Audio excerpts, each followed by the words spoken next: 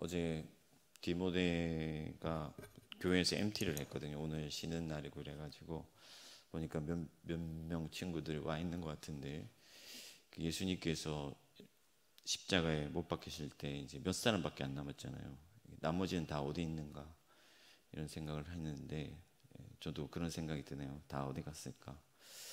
어쨌든 뭐 새벽에 몇 명 나오지 않았더라도 교회에서 우리 학생들이 이렇게 시간을 보낸다는 것 자체가 참 감사한 일 같습니다. 제가 고신대학 다닐 때 버스를 타고 가는데 뒤에 두 명의 여학생이 앉았어요. 근데 한 명의 여학생이 요즘 내가 잠이 안 와. 참 밤마다 잠을 못 자겠어. 힘들어. 이랬더니 그 옆에 친구가 하는 말이 성경을 읽어. 레이기가 직방이야. 이렇게 얘기를 하고. 이제 레이기가 그만큼 어렵고 좀 지루하다 하는 얘기겠죠. 레이기의 전반부에 등장하는 이 이스라엘 제사가 특히나 좀 이해가 어렵고 같은 얘기가 반복되기 때문에 자칫 지루해질 수 있습니다. 그러나 여러분들이 기억하실 것은 이 레이기가 모세가 기록한 5권의 책 중에서 가장 핵심이다 하는 거예요. 핵심 중에 핵심이죠. 그래서 창세기와 출애굽기는 이 레위기의 탄생의 배경이라고 볼 수가 있고, 신명기와 민수기는 이 레위기를 그들의 삶에 적용하는 어떤 스토리라고 볼 수가 있습니다. 레위기가 그만큼 중요한 책이라는 말씀인데요, 이번 새벽 기도의 시간을 통해서 여러분들이 레위기를 좀 더 깊이 이해하고 또 사랑하실 수 있기를 바랍니다. 레위기 읽다가 잠들면 안 되니까 잘 듣고 이해하여서 레위기를 사랑할 수 있게 되길 바랍니다. 레위기 전체 주제는 내가 거룩하니 너희도 거룩하라 하신 말씀이에요. 여호와 하나님께서 나는 거룩한 여호와이니 너희도 거룩할지어다 하신 말씀인데, 레위기의 이 율법 자체가 거룩을 목표로 하고 있습니다. 그러면 하나님께서 왜 그들에게 거룩하길 요구하시는가? 하나님이 거룩하지 않은 자와 함께 할 수 없기 때문이죠. 이 거룩의 특징은 순전하다 하는 것인데, 어떠한 오물이나 어떠한 흠도 허락하지 않는다 하는 거예요. 그래서 하나님께서는 이스라엘 백성들과 함께하기 위해서 언약을 세우신 뒤에 성막을 짓게 하시죠. 성막에서 거하시겠다 하는 거예요. 그러나 하나님이 성막에 거하시기 위해서는 너희가 지켜야 할 것이 있는데, 그것이 바로 율법이다. 이 율법을 통해서 너희가 정결을 해야 된다라고 말씀을 하는 거예요.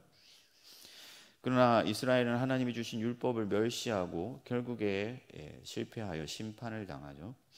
마침내 예수 그리스도께서 오셔서 율법으로 이룰 수 없었던 하나님의 의를 이루어 주시고 우리를 하나님의 자녀 삼아 주셔서 성령과 함께 거하는 살아있는 성막, 살아있는 성전이 되게 하셨습니다. 이제 모든 율법이 예수 그리스도 안에서 성취되고 응하여졌고, 예수를 믿는 자들마다 영원토록 하나님과 함께 있게 된 거예요. 그러면 이제 우리에게 율법은 의미가 없어졌는가? 그렇지 않습니다, 여러분. 바울이 이 성령의 열매를 얘기하면서 이 성령을 반대할 율법이 없다 했습니다. 무슨 말이냐면, 율법이 이제 성령 안에서 우리에게 새로운 법이 됐다 하는 거죠. 이 법 자체가 명시적인 명문이 바뀌었다는 게 아니라 그 법이 우리에게 주는 의미가 달라지고, 그 법이 정말 이제는 하나님의 의에 이룰 수 있는 생명의 법이 되어서 우리를 이끄는 그런 새로운 법이 되었다 하는 거예요. 그래서 율법은 여러 가지 우리에게 유익이 있는데, 그 중에 하나가 뭐냐면 예수 그리스도의 은혜를 우리에게 알려주는 거예요. 이미지로 보여주는 거죠. 여러분, 우리가 더 이상 율법의 제사를 드리지 않는 이유는 그 제사가 필요가 없어서가 아니에요. 예수님께서 단번에 자기 몸으로 그 모든 제사를 완전하게 이루어 주셨기 때문에 그렇습니다. 그러니까 구약의 백성들에게 제사는 임시적이에요. 그리고 효력도 없습니다. 그러나 예수 그리스도께서 그 모든 제사가 요구하는 어떤 그 하나님의 의무를, 하나님의 요구를 다 이루셨기 때문에 더 이상 우리는 제사할 필요가 없는 거죠. 그래서 이 제사의 어떤 복잡한 과정들과 이 강한 의무들을 통해서 예수 그리스도께서 우리에게 어떠한 은혜를 주셨는가, 예수 그리스도께서 성취하신 그 율법의 의가 무엇인가 하는 것을 우리가 알게 되는 것이죠. 예수님께서 행하신 그 일들을 구체적으로 그리고 실제적으로 우리에게 보여주는 것입니다. 그래서 오늘 본문을 통해서도 마찬가지인데, 예를 들어서 부지 중에 행한 죄에 대한 이 속죄죄가 등장하잖아요. 예수님께서는 우리가 알지 못하고 지은 죄마저도, 부지 중에 지은 죄마저도 하나라도 남김없이 깨끗하게 씻으셨습니다. 또한 그가 흘리신 피가 여전히 하나님의 제단 뿔에 선명하게 남아 있기 때문에, 여러분들을 위하여 흘리신 그 어린 양 예수의 피가 하나님의 제단 뿔에 선명하게 묻어 있기 때문에 그 흔적으로 인하여 여러분들이 여전히 하나님을 예배하러 나올 수가 있다 하는 거예요. 아울러 여러 계층의 사람들을, 여러 책무에 대한 속죄를 제정하신 것은 모든 사람에게 그리스도의 구속의 은혜가 미친다는 것을 보여줍니다. 아울러 율법은 오늘날 신약 교회의 예배의 제도, 그러니까 예전에 대한 이해를 제공해 주는데, 비록 우리가 구약의 제의에서, 그러니까 예배의 어떤 형식에서 자유하였으나 여전히 우리는 육체로 살아가고 있죠. 그렇기 때문에 우리에게도 어떤 의식들과 형식들이 필요하다는 거예요. 그리스도 예수로 인하여서 새 날을 맞았기 때문에 우리는 전혀 다른 모습으로 하나님 앞에 나아가게 되지만, 여전히 형식에서, 질서와 제도에서 자유롭지는 못하다, 필요하다 하는 거죠. 그래서 아무렇게나 예배할 수 없다 하는 겁니다. 그런 측면에서 오늘날 예배 가운데 이 속죄의 측면이 약화된 것은 실로 안타까운 일이에요. 예수님께서 여러분 이 땅에 오신 목적이 무엇입니까? 여러분들의 대속을 위해서죠. 여러분들의 죄를 속량하시려고, 사하시려고. 그래서 예수님께서는 이 땅에서 사역하실 동안에 내가 죄를 사하는 권세가 있다는 것을 보여주시기 위해서 많은 일들을 행하셨어요. 예수를 믿어 나의 죄를 씻는 것이 이 기독교 신앙의 핵심 중에 핵심이에요. 나머지는 다음입니다. 그런데 오늘날 한국교회 예전에서 속죄의 의미를 발견하기가 점점 더 어려워져요. 계속 예배를 생략하고 간편하게 하고 쉽게 하고 이렇게 접근을 하다 보니까, 우리가 예배를 통해서 그리스도의 구속의 의미를 발견하고 그 예수 그리스도의 대속함의 은혜에 대한 감사와 기쁨으로 나아가야 되는데, 그런 것들을 발견하기가 어렵다는 거죠. 심지어 오늘날 한국교회의 설교단에서 회개에 대한 요청이 사라졌어요. 성도들을 부담스럽게 하지 않는다는 명분 아래 죄에 대한 회개를 요청하지 아니하고, 다른 종교에 다 있는 것, 그러니까 이 땅에서 어떻게 하면 잘 살 수 있는가, 어떻게 하면 고난을 피해갈 수 있는가, 어떻게 하면 내 자식들이 잘 될 것인가, 착하게 살면 복을 받는다, 이런 식의 설교들이 넘쳐나게 된 것이죠. 여러분, 다른 종교에 없는 것이 있습니다. 그것은 바로 인간의 본질적인 죄를 사하시는 하나님의 은혜입니다. 이것을 기억하시고 여러분들의 예배 생활에 참된 회개가 넘쳐나시기를 축복합니다. 그런 측면에서 여러분들의 회개 생활에 유익할 몇 가지 교훈을 오늘 본문을 통해서 알려드리려고 하는데, 먼저 성령의 음성에 귀를 기울이라 하는 거예요. 성령의 음성에 귀를 기울이라. 여러분, 본문은 부지 중에 지은 죄에 대한 말씀인데, 모르고 짓는 죄죠. 내가 인식하지 못한 순간에 짓게 된 죄를 말합니다. 그러나 알지 못했다 하더라도 여러분, 죄는 죄일 뿐이에요. 그래서 오늘 본문은 죄를 깨닫게 된 순간에는 반드시 그 속죄 제사를 드리도록 명령하고 있습니다. 물론 오늘날 우리가 부정한 것과 정한 것이 구별된 세상을 살아가는 것이 아니기 때문에 내가 부지 중에 뭘 만졌다거나 이렇게 해서 죄를 짓는 것은 아니지만, 그럼에도 우리가 죄에 대하여 무감각해지고 미련해져서 죄를 죄로 인식하지 못할 때가 있어요. 그러나 우리에게는 중보자가 있습니다. 보혜사가 있습니다. 그분이 누구시냐? 바로 성령이시죠. 예수님께서 성령이 너에게 오시면 그가 죄에 대하여, 의에 대하여, 심판에 대하여 너에게 알리시리라 말씀하셨어요.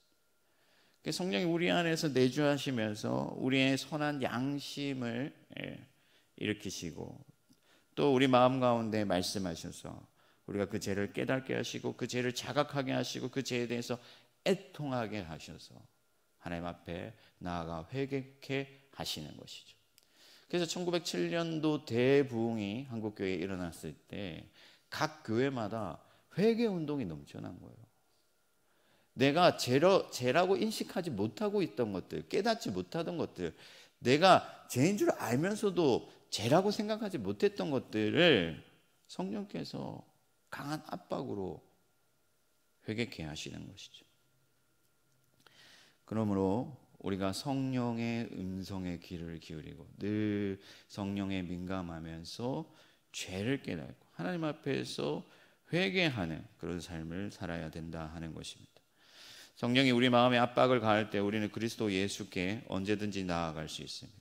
이 제물에 피를 흘리는 것은 피는 생명을 의미하고 피 없이는 죄사함이 없잖아요.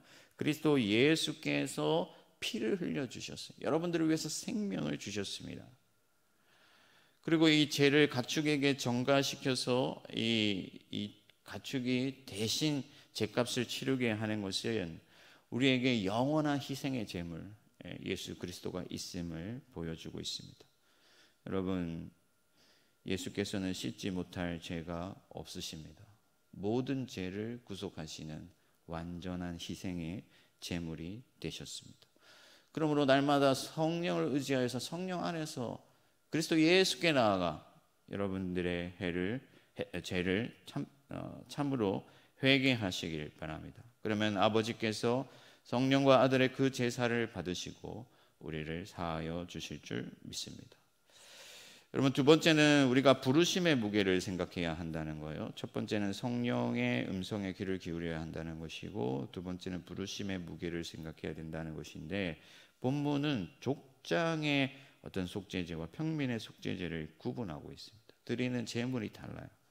또한 제사장이 피를 어떻게 처리하는지에도 차이점이 나타나는데, 피를 뿌리는 방식에 있어서도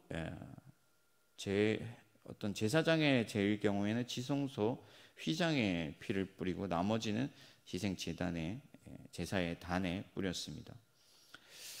그러니까 이 제사는 하나님이 정하신 제사인데 어떤 규정들로 나누어져 있냐면은 족장이 그 부지 중에 죄를 지었을 때에 드리는 제물과 일반 평민이 부지 중에 죄를 지었을 때 드리는 제물을 구분했다 하는 것이죠. 무슨 말이냐면 하나님께서는 어떤 부르심의 무게를 결코 가볍게 여기지 않으신다 하는 의미입니다.